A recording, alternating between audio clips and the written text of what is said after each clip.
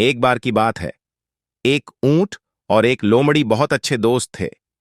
दोनों बहुत चालाक और चोरी करने में माहिर थे। एक दिन उन्होंने तय किया कि वे नदी पार करके पास के खेत में जाएंगे और वहां से कुछ खाना चुराएंगे। लोमड़ी तैर नहीं सकती थी, तो उसने ऊंट से कहा, दोस्त, मैं नदी कैसे पार करूं?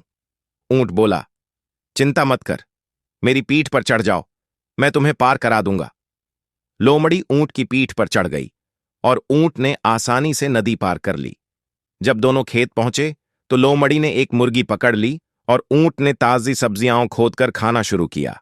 लोमड़ी ने जल्दी जल्दी अपनी मुर्गी खा ली और बोली, जब मैं खाना खा लेती हूं तो मुझे गाना गाने की आदत है। ऊंट बोला, अरे अभी मत गाना, मैं अभी खा ही रहा हूं। अगर तुम गाओगी तो किसान सुन लेगा और हमें पकड़ लेगा। पर लोमड़ी ने उसकी बात नहीं मानी और जोर जोर से गाने लगी। किसान ने आवाज सुनी और डंडा लेकर भागा आया। लोमड़ी तो फुर्तीली थी, झट से भाग गई, लेकिन बेचारा ऊंट बड़ा था, धीरे चलता था, तो किसान ने उसे पकड़ लिया और डंडे से खूब मारा। किसी तरह ऊंट अपनी जान बचाकर भागा और नदी के किनारे पहुंचा। वह बहुत दुखी था और दर्द में बोला, लोमड़ी बहन, तुमने ऐसा क्यों किया?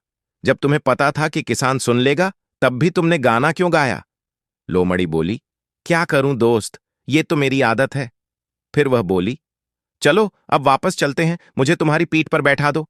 ऊंट ने कुछ नहीं कहा। उसने लोमड़ी को फिर अपनी पीठ पर बैठाया और नदी में उतर गया। जब वे नदी के बीच में पहुंचे, जहां पानी गहरा था, ऊंट बोला, मुझे भी एक आदत है, खाना खाने के बाद मैं हमेशा नहाता हूं। लोमड़ी डर गई और चिल्लाई, नहीं, मत नहाओ, मैं तो डूब जाऊंगी, मैं तैर नहीं सकती।